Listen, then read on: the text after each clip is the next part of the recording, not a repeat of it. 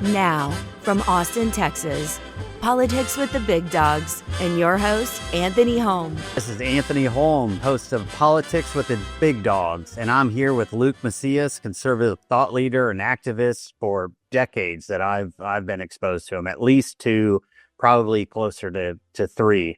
Luke? Well, I am blessed to live in Texas, to have had parents that not only were born here, but brought me back here, and a dad that served in the legislature that got me hooked on politics. And so for a little while, more than half of my life, I've been able to engage in the political process, working with elected officials, conservative activists, philanthropists, and party leaders as a whole to see what we can do to move Texas to the right. And things have come a long way since getting involved. So it's pretty interesting to look back and see where Texas is today compared to where it once was.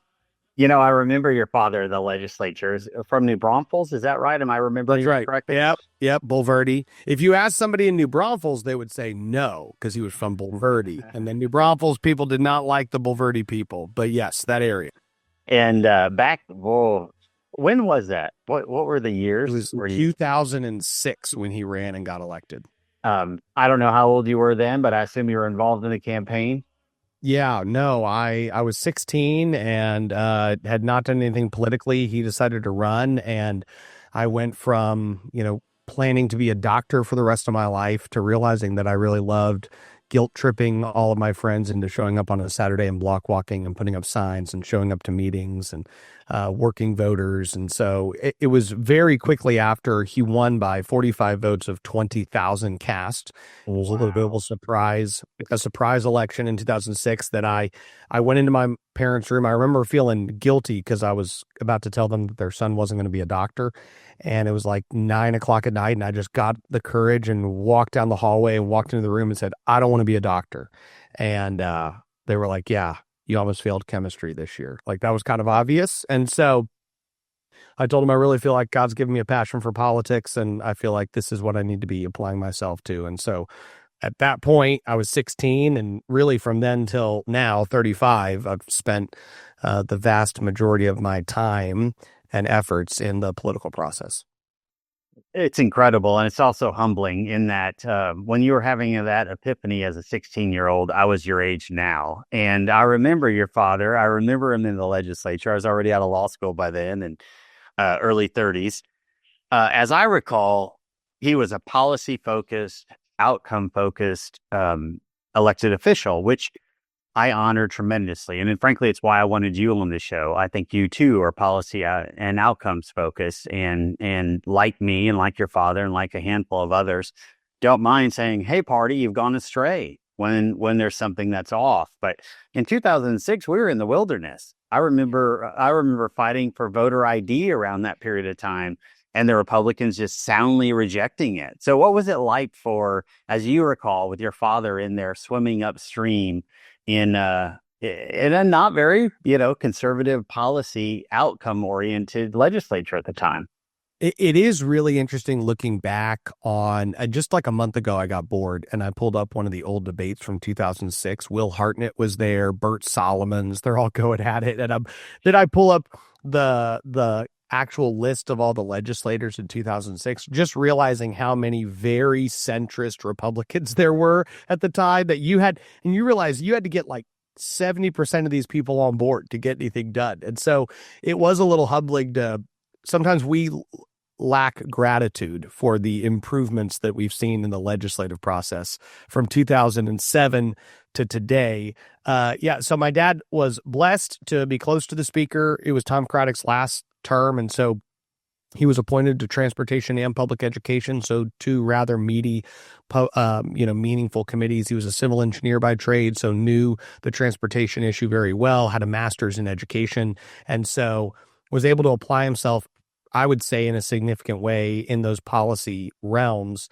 But yeah, the personalities, I didn't even realize it at the time until I look back, and I would say maybe even over the last several years, realizing how much you try to stay out of personality-based conflict. Now I kind of articulate that in such a way of, hey, make it about policy, don't make it personal, don't take it personal. But as you look back, you realize that we tried to do that as much as possible. We just didn't necessarily put a name to it or a phrase to it. I do agree with you, though. When you stay focused on the policy, then when you disagree with somebody, it's not about them, because it's so easy, if you have a disagreement, to then disagree with that person for the next 1, 2, 10, 20, 30 years, as opposed to saying, if it's about the policy, I'm going to disagree with you, whether you're a Republican or a Democrat, on that given issue, and then I'll work with you the next day on a different issue if we agree. 100%. 100%. And look, you said a lot of really good and interesting nuggets in there. I want to start with one of them: lack the gratitude for the outcomes that have occurred in the last 25 years. Really 19 years since the period of time we're talking about. And I'm glad to be reminded of that. Not until I thought about your father did I think, oh my, I took 2 hard runs personally at leading an effort. Imagine that. Hey, we should pass a law that says you have to have a photo ID to vote. And it was just anathema to half the Republic. Oh, we can't do that. We can't do, like, now they would, they'd just be lapped up. They pass it in a heartbeat. They have. And so to your point, there are a lot of ideas that at the time were being pitched just to get a foot in the door, just to get a toehold of election integrity policy, of immigration policy, of education reform. I know, Anthony, you've been involved in the education movement for a long time. And you think about the education reform battles we were having in 7, 9, 11, just trying to get something that the teacher unions didn't want. I mean, that was really the fight. You weren't sure to get any policy that the teacher unions were not going to sign off on out of the House. And you look at the accomplishment of this last session and you realize, okay, we really have come quite a distance. I know that we'll get into what you and I have privately talked offline about with the 10 Commandments, Senate Bill 12, some of the other implementations. There's a lot of policies happening that are shaking up the education system in a very positive way. And you wouldn't even have been able to dream up that kind of policy in 7, 9, and 11. So I agree. And thank you for that, Wade. You're very kind. The A through F. And, imagine we should have accountability in our schools for the outcomes of the academic outcomes. That's kind of been a passion of mine. I am worried, though. We passed this portability. We passed a lot of finally, hallelujah, strong bills. Though it does look like they're trying to take a big step back on accountability, but we'll see how that goes here. And Buckley may help and say that, I'm going to deviate a little bit because 06 was Craddock, and then we went into the Strauss drought that just conservatives couldn't get anything through. And then we had Bonin, and it got materially better, and then Phelan, and now Burroughs. To imagine the ascension of outcomes. There's always more that we want, 100%. But the House has changed, and in some ways for better, in some ways for worse. But policy outcomes have changed materially, and not until you said it that way, which I thought was really beautiful. Lack gratitude for the outcomes of the last 19 years and the ascension of the outcomes. Did it occur to me a linear timeline? So look, tell us about what you're doing now, because you have been just a warrior for 2 decades, as best I recall, and you and I have overlapped on a bunch of different things. But I've never had a good grasp on what you're doing in that moment, other than everything, or at least issues-oriented everything. Tell us what you're doing now, because best I can tell, you're organizing huge swaths of people. You have a great podcast that goes out that is Capitol focused. I think it's listened to by a lot of members and a lot of staff and folks who are one step removed from the process, and that helps drive policy outcomes. Thank you for doing that. One of them, The Good, the Bad, and the Ugly, we want to get into here. It was a great podcast you did as a session wrap-up. So tell our listeners exactly what you're working on, what you have been working on in terms of organizing, where they can get more information about it, and then let's go into The Good, the Bad, and the Ugly. Yeah, so I took my daughter. She was 7 at the time. She's now 8. But during the session, I took her with me to the Capitol for a couple different days as her schedule would open up. And I was there. I left her with my chief of staff at the time, and her son. And then I was bouncing around the Capitol for a couple hours. And my daughter looked at my chief of staff and she said, "What does my dad do?" And my chief said, "That's a great question. I think a lot of people ask that." And so I asked that of myself a lot. The way I describe what I do is, you're right, I do have this weekly podcast, Holm and Macias Show, which is on YouTube, Apple Podcasts, Spotify, wherever you listen. And it's really just very focused on Texas news, policy, politics, the inside perspective for 30 minutes or so, giving somebody a window into the most important things that are happening that might affect the direction that our state goes. I'm really grateful that I've gotten to do that for, I don't know, it's like 350 episodes or something once a week. So however many mathematically that works out to, it's enough. It's 7 years at this point. So I've really enjoyed doing that. I ran 196 campaigns in 10 years from 21 to 31. And so I spent a lot of time working, and that is mostly state-based, but some county, city council, school board, district attorney, county judge, stuff like that, all in the state of Texas, though. So whether it was a congressional campaign or a city council campaign or a state senator or a state rep, it was all in Texas. So I ran 196 campaigns. I don't run campaigns directly today, but I primarily work with conservative philanthropists and organizations and entities to try to holistically move Texas to the right. And there's tons of different conservative organizations that didn't even exist 19 years ago that are working on specific issues that get to work alongside, and different people that have projects that they are motivated to get involved in to try to move Texas. So I get to do the podcast. I get to work alongside some elected officials, alongside group leaders and individuals who are saying, what can we do? Work alongside activists, party leaders, very close with the state party, the local parties. And so I'm a little bit more involved in everything to some extent in any given day. But that's the answer I know to give as to what I do. Aaron, how fun for our listeners who are passionate about policy, who are probably at a day job and that hopefully is fulfilling to them. But you're a guy who's given his life, or at least the last 2 decades of his career, to organizing individuals and groups, be it through candidate efforts or issue advocacy efforts, in terms of outcomes to benefit the state of Texas. We thank you. All right. That's incredible. A little sidebar. I had a similar event. One of my children. So I started trying cases some years ago, and I've been a lawyer a long time, but hadn't always tried cases. And one of my children said, "Daddy, what? You're a lawyer?" I said, "Baby, I got to go to trial. You're a lawyer?" And I was really dumbfounded. I'm like, "Yeah, baby, what do you think I do?" "Papa, I thought you were a reader." So there we go. Well, how wonderful to be paid to read. All right. Give us a rundown of the session. Look, you follow it as closely as anyone in the conservative movement. You had a wonderful, the good, the bad, and the ugly. Let's get into it. Let's talk about what happened. So The Good, the Bad, and the Ugly was a podcast series that in total, I think, is 2.5 hours. We'll try to condense it down to 2.5 minutes. And so let's try to cover this pretty quickly. But overarching from a conservative perspective, last session, I would say if you looked at a conservative agenda, holistically speaking, you could probably say that 7, 8, or 9% of it got done. And so what it led to was a very contentious primary season where Republicans were pointing their fingers at their Texas House members saying, you did nothing.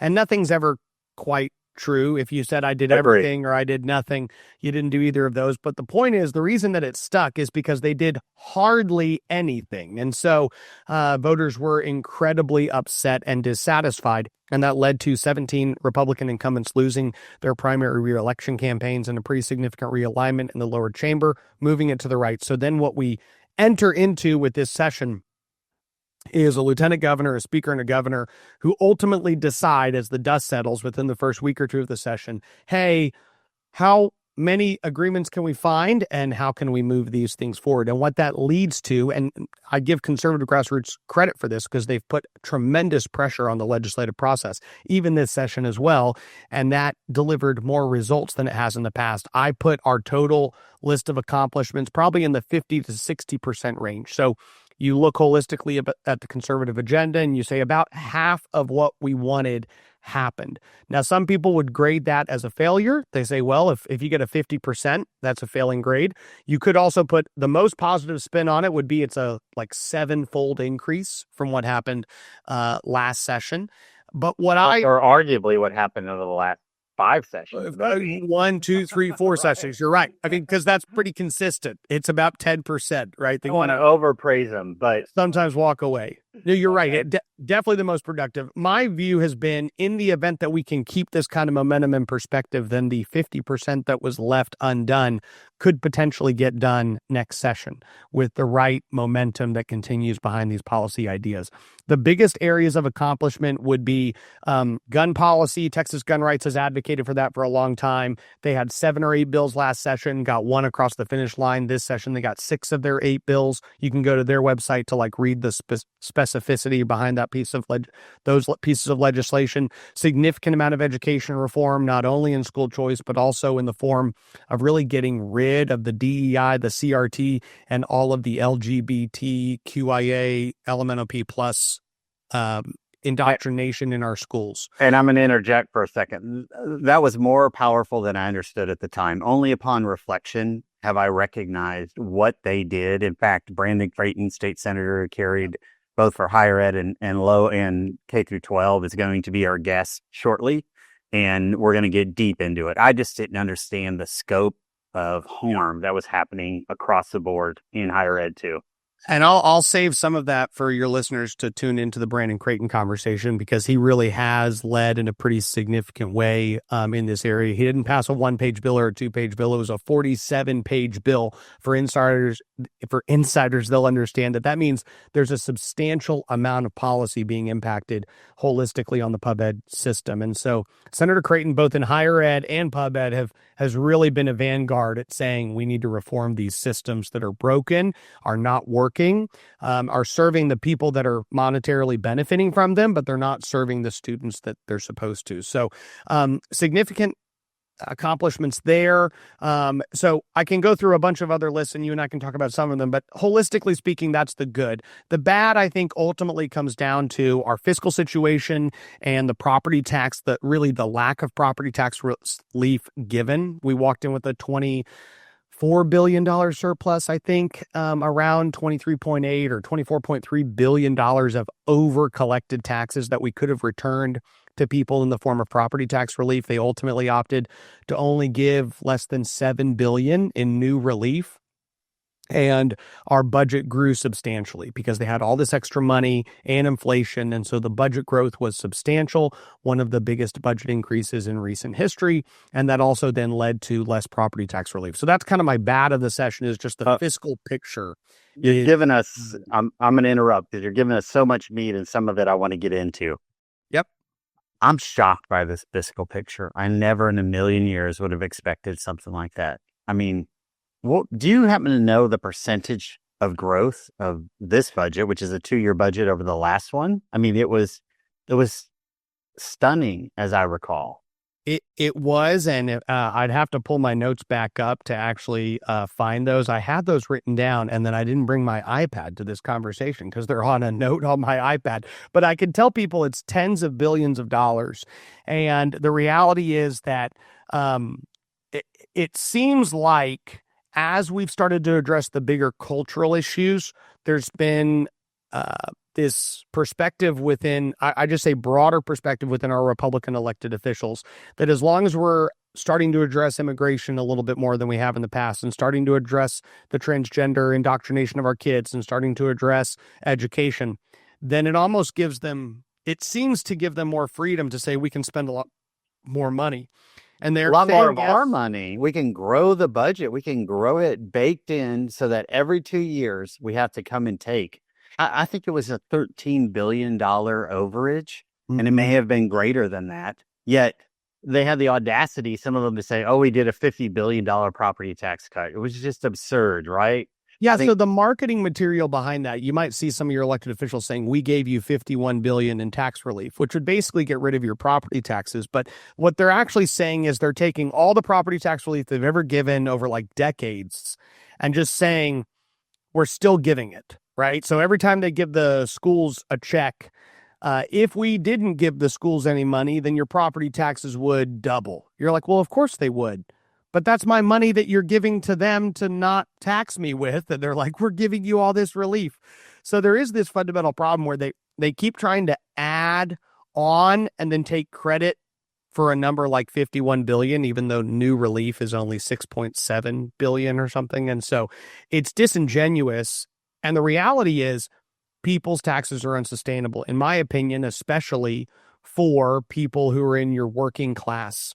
Homeownership is literally one of, it's not only part of the American dream, but it's probably the number one wealth creation engine for a middle class family. Absolutely. And it's one of the values that we hold in society, which is why if somebody goes bankrupt, they get to keep their home in Texas, right? We have honored it and set up a social system to ensure that we're going to protect that you have a home. That's right. Place for your teach. I'm ready to sell my home. My taxes are outrageous and go to a smaller home. And it is offensive to me that the legislature just did what they did. And I don't know much about the, Hollywood giveaway, but it was $500 to $600 million. And I just keep seeing all of these. We're going to go supplement Hollywood movies, hoping they'll be filmed in Texas that could have gone to tax reduction, right? Or the growth of the budget. Why are we not just saying we can have half a budget growth at the rate of inflation? I don't know what it was, but I feel like it was 12, 13, 14, perhaps as much as 20% in budget growth. The way they got around it, because they do have these caps on their spending. And so what they did this session was they found as many vehicles that they could create outside the Treasury. And that's just a fancy term for they put it on the constitutional ballot. In fact, when people go in November, they'll vote on things like water infrastructure, which you and I know isn't super sexy, but it's really important. And so people show up and they go, yeah, we have water problems. I'll vote for a $2 billion water infrastructure fund to address our water issues. But what they don't know, Texans don't know when they're voting on those propositions, is the reason they're voting on them is so that they can spend the $2 billion and it not count as spending growth against the caps that are in place. And so instead of prioritizing water infrastructure within their budget and keeping things under population and inflation growth, they create them as separate funds, and then they don't get counted as new spending. Now, we still count them in this all funds budget. These are all kind of budgetary terms we use to track things. But they go, oh, we passed a budget under population and inflation. And the reason they can say that is because the population inflation cap does not apply to all the new funds they created. It's just let me interject, because the new funds, of course, are tax monies. They aren't some magic pot of cash that's sitting out there that we're all going to benefit from. These are new monies being taken out of all of our pockets. We had James Quintero, TPPF, on here recently, and he said, listeners, you need to understand that every Texan, just their local government debt, exceeds $13,000 per person to include every child. And as I calculate our state debt, we're at like $113,000, I believe. I don't want to pretend to be an economist in this space, but we could have taken these one-off tranches and paid down our teacher retirement debt, our pension debt. We have backstopped as a state, means you as a taxpayer, every listener has backstopped all of these debts. So here's the game, folks. They're saying, yeah, we're going to go and spend an extra 12 to 20 billion, but we're going to put them in a new bucket, and we're going to get your approval. And we know you need water. We know you need sewer, and this will pay for that, so that we can then go and spend hundreds of millions of dollars to try to entice Hollywood heroes to come to Texas. And we can go and get all of our little pet projects and spend, because I think you're right, Luke. I think we as conservatives are looking at 2 or 3 shiny balls. And in this session, it was portability of education funding. It was gender for modification of children. Very important, worthy, noble issues to fight for. But we got a little bit distracted. And sadly, for 25, almost 30 years, Republicans, all you had to do was say, I'm more conservative than the next guy, and nobody really pays attention. And we are growing as a party, growing the size and scope of government. We're all seeing it in our taxes. Our property bills are going up, and one side points a finger at the other. Oh, it's appraisal. It's not the legislature. And it's a gamesmanship, but ultimately the burden is increasing, and the pie of spending, which means the pie of our tax dollars being spent at the legislature, is increasing every 2 years. That's really problematic to me. That's right. I will give the governor credit for some of the things he's pushing during this special session and things he's talked about, which is taking that 3.5% that local governments are automatically allowed to grow without your vote as a participant. We call it the voter approved rate is over 3.5%, and lowering that down to where if your local governments are going to take any increase in property tax actual levies, they have to go to the voters to get approval. That should substantially curtail the constant little rise that all of us are experiencing. There's several other things that the governor has pushed on property taxes. I don't know if you've talked about this on your show, but it was like a month ago that the Governor Abbott said that next session he's looking at applying kind of the same level of political focus that he gave to school choice this session to property taxes next session. That was an encouraging thing for me to hear, because I think if the governor really does come in with a bully pulpit and the top dog position, not that he's the big dog, but he's the top dog, and so he comes in and says, hey, I'm going to actually tell you there's not 1, 2, there's 10, there's 15 reforms we need to put in place to stop these property tax problems for people, you really could see over the next 10 years more substantial relief. So I'm hopeful that the governor being willing to focus on that could be really beneficial to Texans. Our outcry will make it happen. And all of us are feeling it. We're feeling pleased. So I'm going to back up a little bit. I think I heard you say that 17 Republican members lost in their primary last election cycle. Is that right? Yeah, and it's a record. I don't think we've seen that in modern history. There was the Sharpstown scandal, which I was not around for, but you had a bunch of people taking bribes that all kind of got thrown out of office. That's the only time that we could kind of use as an example to say maybe that's kind of akin to what happened. So if you're wondering how frustrated Republicans were with their elected officials, it was scandal worthy. And it was a combination of, as you're very familiar with, school choice and the governor saying this is a real problem, and we've got some very liberal Republicans that are standing in the way of meaningful education reform and choice. The our attorney general, who was, they attempted to impeach. He was impeached. It just was not upheld in the Senate because they actually looked at the facts. And so he took that. I would take it personally if people tried to unelect me after the people of Texas elected me. And so he went and campaigned across the state against many of these more liberal Republicans. It shouldn't surprise people that the same people voting against empowering parents were also voting to unelect the attorney general. And they were also standing in the way of a myriad of other conservative policies. And so it was a combination coalition that was able to come together and get quite a few of these people out. There are some races worthy of pointing to because there are quite a few Republicans that also lost that did vote for school choice and did have the backing of the governor. That's not against the governor in any way, but it's just to say the governor made it very clear. If you're for school choice, I will campaign for you. If you're against school choice, I'll campaign against you. But people were so frustrated that even members like Stephanie Click and Lynn Stuckey and Jeff Frazier, Frederick Frazier. I said Jeff Frazier. I feel really bad if Jeff is listening. He's Terry Wilson's staffer, and now he's going to think he got kicked out of office. But Jeff did not. Frederick Frazier was by Carissa Richardson, even Kronda Timish by Mitch Little. So there were a number of incumbents that voted right on school choice, had the backing of the governor, had the backing of national school choice dollars, still lost because of their liberal voting record. And so it was a very substantial shift that happened this last cycle. Oh, a combination of coalition. That's good language. And there were approximately 88 Republicans at the time. So we're talking about 20%. 1 out of 5 incumbent members went down in the primary. That's right. Over really conservative frustration on issues like this. Yes. We have got to keep it mobilized. It wasn't just school choice, right? Which, by the way, is not baked in. It's a big program, but it's not baked in. We're going to have this fight every 2 years. That was a massive policy fail, unfortunately. Still a lot of Republicans opposed to it. And we've spoken about this before on the show, but there has been my observation over the last 30 years in Republican politics in Texas is if you're a Republican incumbent and you vote quote unquote right on one issue, you can go and raise enough money that you can be wrong on every other issue. You can oppose school choice. You can oppose lower taxes. You can oppose a social agenda. And last primary was the first time where that was turned on its head. Mm-hmm. We all have ideas as to why, but we'll see if it can be replicated or if we're moving back toward the other one. But nonetheless, 17 activist members came in. It also probably, this is a good segue. I didn't intend to go into it, but let's do it because I think we had a rise of the freshmen. I've never seen freshmen have so much policy impact on outcomes as this session.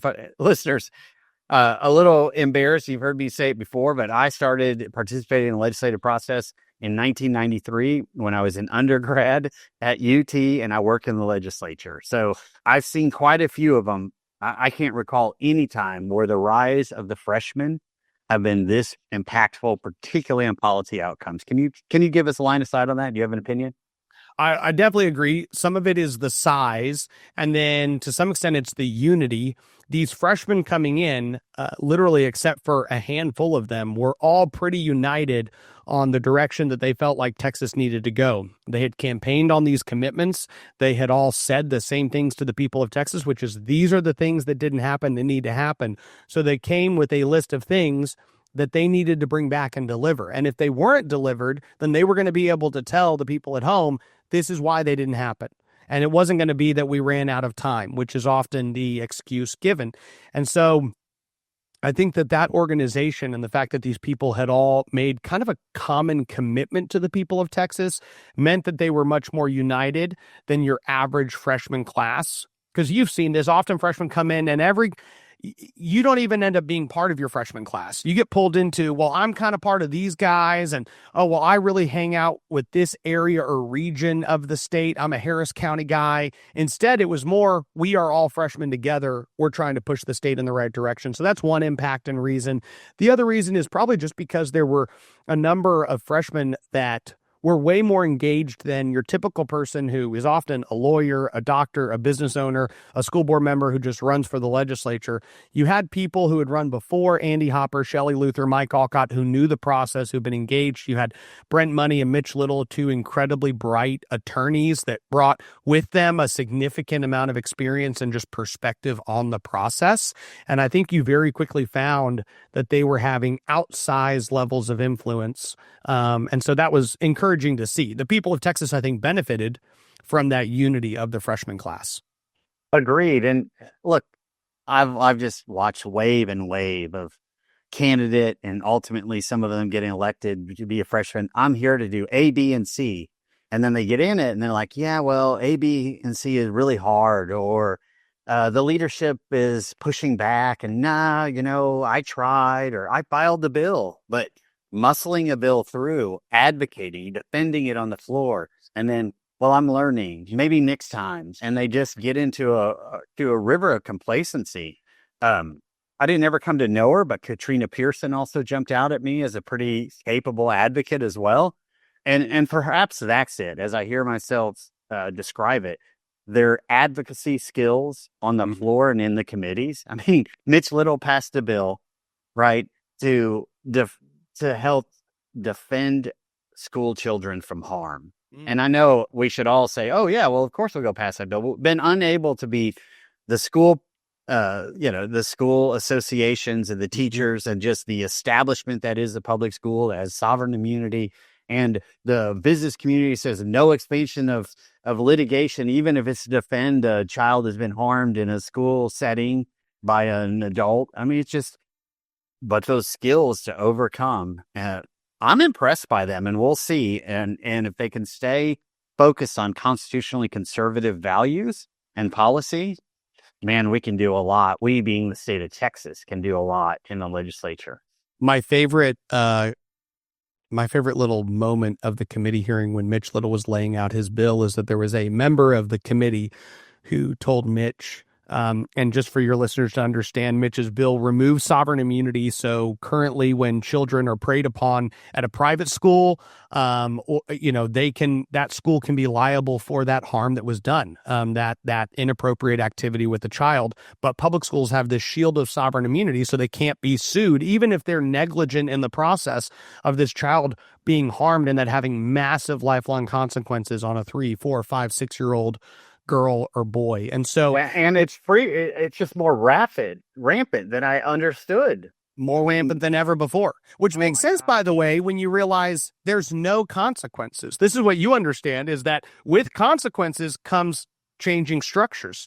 I mean, if the school is now held liable, they're going to change the way they police their situations. They're going to start making rules like, hey, there have to be 2 teachers in that room every time. Hey, you have to go through this background check annually. You have to go through this annual training. You have the same things that churches do, the same things that schools do, private schools do, because they know they could be held liable. And so, but in the course of Mitch laying out his bill, there was a member of the committee that said, hey, I kind of understand it and I want to protect these kids, but I have a school district that's been telling me if this bill goes through, they're going to go bankrupt. And Mitch said, it sounds like you've got some schools in your district that need to clean up their act. And it was a great one line, because you realize if your school is telling you they're going to go bankrupt, it means they know they're negligently involved in the abuse of children. We have a bunch of adults we know that are abusing children that we're kind of negligent to, and this is really going to stink for us. We're going to have to actually pay out all this. And it was incredible to just see all of that come to light. But to your point, a freshman doesn't carry these type of meaningful pieces of legislation. It takes a certain level of talent to be able to grab that and get it all the way across the finish line. And look, they passed it into law, got it through committee, off the floor, against a lot of Republicans who didn't want it, and all of the schools got it through the Senate, signed it into law. I'm a Republican trial lawyer. I get it. I sue people, and folks don't generally like that. But oftentimes suing bad actors, suing a school and getting $500,000, for example, or a child who has been serially abused by an adult while the school knew or largely knew, or moved them around or sent them to another campus and they do it again, that changes behavior. And your point earlier was private schools already do this because they know they have liability. So you don't even have to sue, the threat of liability. And if it saves the one kid, then what a great policy. But the fact that we have not been able to change this law for 20 years until somebody like Mitch Little came in with a presence and a determination to get it done shows the state. I mean, none of us want excessive litigation in Texas, of course, but we've just gone too far when you can't pass a bill like this into a law to defend little kids. We know it's not going to save one kid. We know it's going to save dozens, hundreds, over the next 10 years, thousands of children, because the children being preyed upon, this is not something that happens once a quarter across the state of Texas. This is something that's being reported on daily, multiple times a week, that teachers are being found to have preyed on children in the public school system. And so we clearly know something's broken and the systems have to change. Hallelujah. What is it, $100 million expenditure we do every 2 years in our public schools? Más o menos, roughly, or that much? All right, let's look at next session. You talked about some of the taxes. I'm going to go and find that clip with the governor. Hallelujah if he does it. Who should drive it? What do we need to do? And what else are we looking at for next session, which will be upon us quicker than we think? That's a great question. So, I do think that property taxes are going to be a pretty substantial policy issue to carry through. We currently are in the middle of a special session, and so there's a number of policies that if they get done now, we won't have to go back and clean them up next time. The biggest being the ban on taxpayer-funded lobbying. There is a big push to try to get this done. The governor has put it on the special session call to say, get this done now. So if that gets done, great. And if it doesn't get done, it is going to be a top legislative priority of the Republican Party of Texas again, and we'll be fighting about it again. But I'm very hopeful that we can maybe just get it done now and not have to fight about it in 2 years. There's a number of policies that just fell a little short this time. Honestly, vaccine choice is probably one of those that I'm very passionate about. They accomplished, Texans for Vaccine Choice, which is the leading group in that area, accomplished a lot this session. But we still have a problem with the fact that in order to get admitted into a medical school in Texas, you have to have received every shot at the level at which Anthony Fauci thinks you should have received the shots. And so there's absolutely no exceptions given. And you then go a step further and realize that if somebody works at a refinery and there's a vaccine mandate, then they have certain exceptions that they can apply for. But if you work at a hospital, there are no exceptions. So then when you talk to families and you realize you're being discriminated against if you do not get your child every single vaccine that Anthony Fauci thinks they should get, well, one of the reasons is that you couldn't even graduate a medical school and you can't work at a hospital unless you have received every one of those vaccines. So there's absolutely hardly any medical professionals that actually can empathize in any way with the hundreds of thousands of parents who have made different vaccine choice decisions. We also had children who are denied life-saving organs. They literally say, oh, you're not fully vaccinated. We're not giving you this organ that you qualify for that could save your life. We're going to withhold it and give it to a fully vaccinated child. Hold on. Imagine that, listeners. Imagine that. Our child or grandchild needs an organ. Oh, no. Your healthy kid, but for this organ failure, who was very healthy their life without these heavy vaccinations, which, by the way, perhaps not causatively, but correlate to a disproportionate amount of harm. We're seeing that. It is there. There's a lot of anecdotal evidence, and finally it's percolated up. We're going to bar you from saving your child because you didn't vaccinate them the way we programmatically wanted you to. Number one.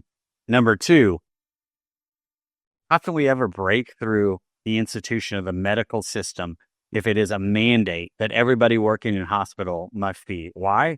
Because folks say, well, I get it. Why not you? Right? That's human nature. We've heard it our entire lives. Yep. And you and I visited during the session over this fight, and I wasn't aware of the Texas for Vaccine Choice to the extent that you were.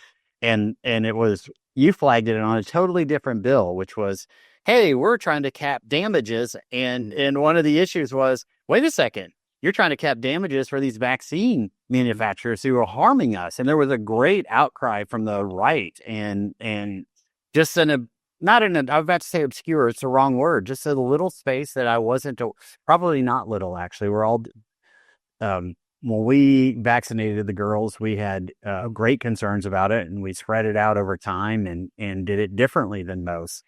So most of us are impacted by this, but it's not top of mind, and we're not talking about it. And certainly I've never heard a candidate or an elected official put it on their top 2 or 3 issues, but it should be. Yeah. No question. I'm sorry, I broke your flow. No, that's okay. The good news is that the one that said you can't discriminate against these kids for organ transplants passed, but the medical school did not pass. The healthcare worker protection did not pass. Also, you can still discriminate against a child and deny them treatment for everything but an organ transplant. So, we got the organ transplant done, but it's also still completely legal to say, I'm going to deny you every other form of treatment you could possibly receive, child, based on your vaccine schedule. That might have nothing to do with what you're being treated for. If we did that for anybody else, it would be pretty crazy. I always use H1B or any of these other ones. If you think of a child who's sick and a doctor going, oh, you have that. I'm not going to help you. I'm not going to help you with anything you have because of that. We have pediatricians doing this all the time. So there's some issues there that do need to be dealt with. There are, of course, a number of those bills that came short were actually able to get passed this during the special session. We're very close to passing the women's privacy bill, an abortion pill regulation that is very important. And so those are going to be some things. On the immigration side, I'm a strong immigration advocate. Sadly, they did kill the bill to ban in-state tuition.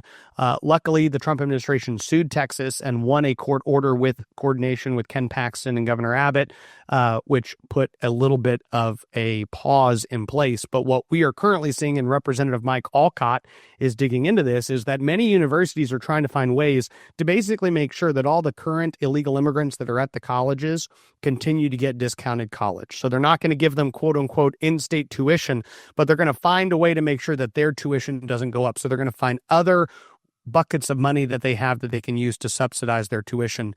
So there's clearly... I've got to interject. You're rapid fire and it's dynamite. So why are Republicans in Texas so off base from Trump on, for example, banning in-state tuition? Then you had Jeff Leach up in Plano say, I want to make it illegal if a 18-wheeler driver crashes India.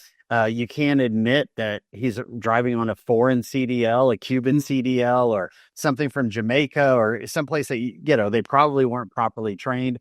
Yet in the middle of it all, Trump comes out and says, hey, every 18-wheeler driver in America needs to speak English. He needs to have a driver's license from America. Yeah. Jeff Leach and some of these other guys, oh no, we're not in Texas. We're going to do it differently. What is happening? And it's the same with this. Well, how are we saying you can have in-state tuition? And by the way, somebody from Guatemala who's going to one of our universities probably is not vaccinated, but they'd give them an organ. I bet you $1,000 if they showed up, 100%. or treat them for an illness. But if you're a Christian and a believer of in a different value set, oh no, we're not going to help you when your kid has a pneumonia because he didn't go through Fauci's schedule. And it's the same with this in-state tuition. So what's going on with the Republican Party in Texas? Why are we so disconnected on this? Yeah, so the voters are definitely not disconnected. They know what's going on. Hopefully our elected officials are starting to catch up on this issue. So in-state, and then we'll handle that trucking issue, because I think both of them, you're right, do go hand in hand. On the in-state side, it's important to recognize that if you pause in-state tuition, illegal immigrants can still go to college. And I'm not saying I think they should be able to. I'm saying it's still legal for them to go to A&M. If an illegal immigrant goes to Texas A&M, they are taking the spot of a Texas citizen whose parents went to A&M, whose parents have been involved in the Alumni Association, who worked hard to get the grades they could get to actually qualify to get into A&M, and they're denied access to that public university because an illegal immigrant not only comes in, but currently is given then a discounted form of college tuition to make it easier for them to be in. Then an American citizen from Oklahoma, Louisiana, any of these out-of-state citizens are paying more in tuition than the illegal immigrant who's there at the university. And I think the universities are bending over backwards to try to keep that tuition low. To your point, this again came out during these various bills that were going to deal with the trucking issue, where they said, hey, we don't want juries to know whether or not the truck drivers speak English, whether they have a foreign commercial driver's license versus are a United States American citizen driving on the roads. You can't tell the juries that information, right? And it was really ironic when, while they're advocating for that bill, you have the Trump administration come out and say, hey, we've got a real problem in our country. A bunch of our truck drivers are foreigners who don't even speak English. And this is a problem. And so they're killing people left and right. And so we're going to protect our citizens by banning these people from driving. And at the same time, there's this bill in the Texas legislature to say, hey, if those people that Trump and his administration think are a danger to society do happen to kill somebody, let's not talk about whether or not they're a citizen, they speak English, they have a foreign driver's license. You're like, what do you mean? That doesn't even make sense. And full disclosure for our listeners, I testified against this bill. Jeff Leach, a guy from Plano, a Republican, so-called, claims to be a Republican and conservative activist. It was his bill. And it was just insane. Yeah, he's just wrong-headed on it, in my very strong opinion. But I do want to disclose that I showed up and flagged it for him. Okay, we're about out of time, but casino gambling. There's this massive push by the gambling lobby to legalize casino gambling in Texas. They believe, supposedly, that it will pass next session. What are your thoughts on that?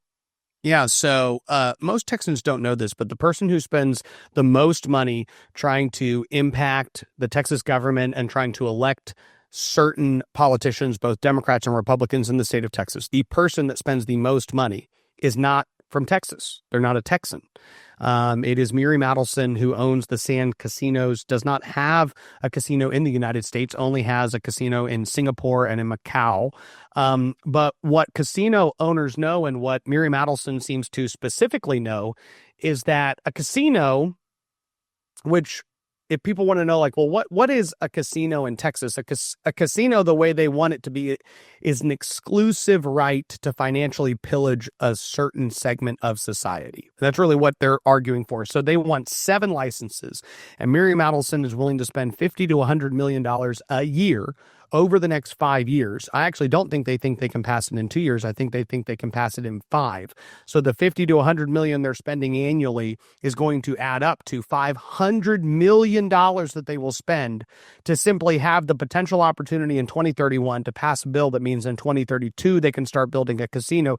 That means in 2033 they can make all that money that they spent back in 3 or 4 months. And that is how financially, that's how profitable it is to be the only person in the DFW area that's allowed to do this, which is where they want to build their casino. There would be 7 casinos across the state of Texas. Texas does not have legal casinos. What this would essentially do is tell 7 people, we're going to give you the right to build these, and then you're going to go make massive amounts of money, and you're going to mostly make it from people who are on food stamps.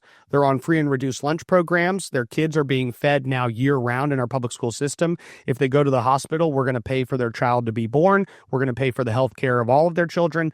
We're going to pay for additional subsidies on top of that. We're going to discount their college. We're going to do all these things. So those same segment of society, we're then going to flood into these casinos that are only there because we gave them exclusive legal right to be there.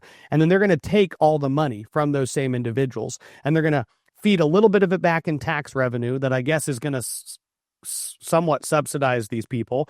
And then they're also going to hand out a ton more money to politicians. And I don't know how you can hand out more than $50 or $100 million a year that they're spending in lobbies, public affairs, and campaign donations. But I guess they intend to ramp that up even more so. We know that the divorce rate goes up. We know domestic violence goes up with gambling addictions. It's not just the casinos, but sports betting and other things. Texas is uniquely positioned as a state that has shown people that we don't want to participate in this vice that destroys families, societies, young men, fathers, mothers. And so my hope is that as we see nationwide the negative impact that gambling's having, there's some fantastic studies coming out about just how destructive sports betting and casinos are on family and society, that we can wake up to it in time to push back. They are very angry that people are not giving them these casinos, and they've gotten to the point to where they're throwing around millions of dollars right now just to basically try to get lawmakers to make commitments to them to give them these casino licenses. We've seen this snapback in a social order throughout America, right? We saw California. We're so proud. They're not homeless. They're displaced. We have tent cities. And then it just spiraled into drug-infested, crime-infested areas that police couldn't go to, destroyed communities, destroyed neighborhoods. Austin jumped on the California bandwagon. You know, I live in Austin. I had this deal step over people squatting, putting up tents on the sidewalk 2 blocks from the Capitol for years. And finally, there was a pushback. And it's happened in California. It's happened in Oregon. My sense is it's happening in many of these jurisdictions have created gambling centers as well. So, okay, well, that's insightful. So your belief is they're on a 5 to 8-ish year track to try to achieve it. They're looking at 100 to 500 million. They'd get it back very quickly. If you had to give a likelihood, you had to handicap it. Not betting, handicapping. What do you think? I don't think they are going to get casinos. I think their efforts will fall short, but I think they are willing to try to gamble. They're in the gambling business. They're willing to gamble a substantial amount of money with the hopes of it paying off. And even if they lose, I don't think people will realize how much money they're making with their other 2 casinos. So even if they lose, they're not that negatively affected. They're still making billions of dollars annually on the casinos that they do own. Luke Macias, lover of liberty, conservative activist, warrior for decades. Thank you for being on Politics with the Big Dog. You are a big dog. We'll have to get you on again, and keep up the fight. We appreciate you doing it. Appreciate you, Anthony. Thanks for having me on. We hope you enjoyed today's episode of Politics with the Big Dogs. Got a question for Anthony Holm? Email him right now. Anthony@politicswiththebigdogs.com. Hear previous episodes and subscribe to our newsletter, politicswiththebigdogs.com. From the steps of the state capitol in Austin to the front porch where you live, this is Politics with the Big Dogs.